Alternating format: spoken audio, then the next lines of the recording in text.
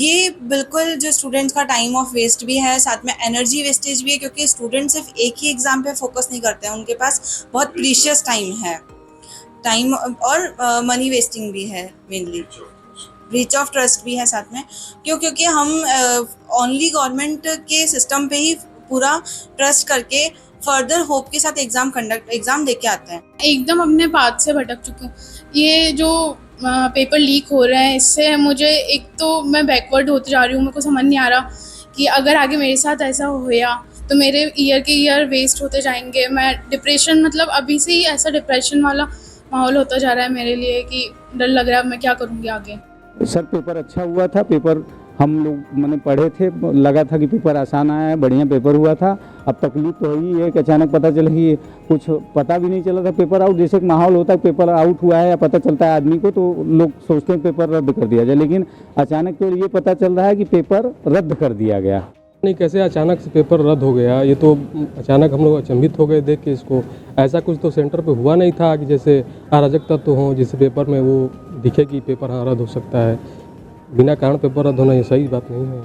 हम लोग यहाँ पर 4-5 सालों से तैयारी कर रहे हैं, लेकिन तो हर बार कहीं ना कहीं पेपर लीक हो जा रहा है। उसके साथ साथ जैसे ARO का पेपर हुआ वो भी लीक हो गया, वो भी कैंसिल हो गया। कांस्टेबल का पेपर दिया वो भी लीक हो गया, वो भी कैंसिल हो गया। हम लोग क्या करें आखिर में, कहीं ना कहीं तो उसको करना ही पड़ेगा ना। हम लोग कब तक यहाँ पर तैयारी करते रहेंगे।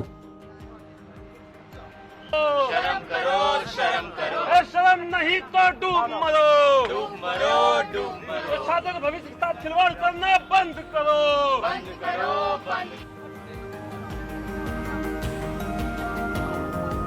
बोल हल्ला बोल, हल्ला बोल। इनकलाब जिंदाबाद, जिंदाबाद, जिंदाबाद।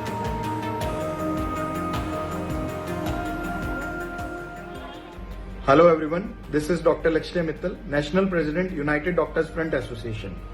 As Ministry of Education has released a notification regarding the cancellation of UGC NET examination, which was held on 18th of June by the same agency, National Testing Agency, which held the examination of NEET UG. It was a very wonderful move by the Ministry of Education for re-examination of UGC NET, as its integrity of examination has been compromised, as inputs received from the cyber unit of Ministry of Home Affairs.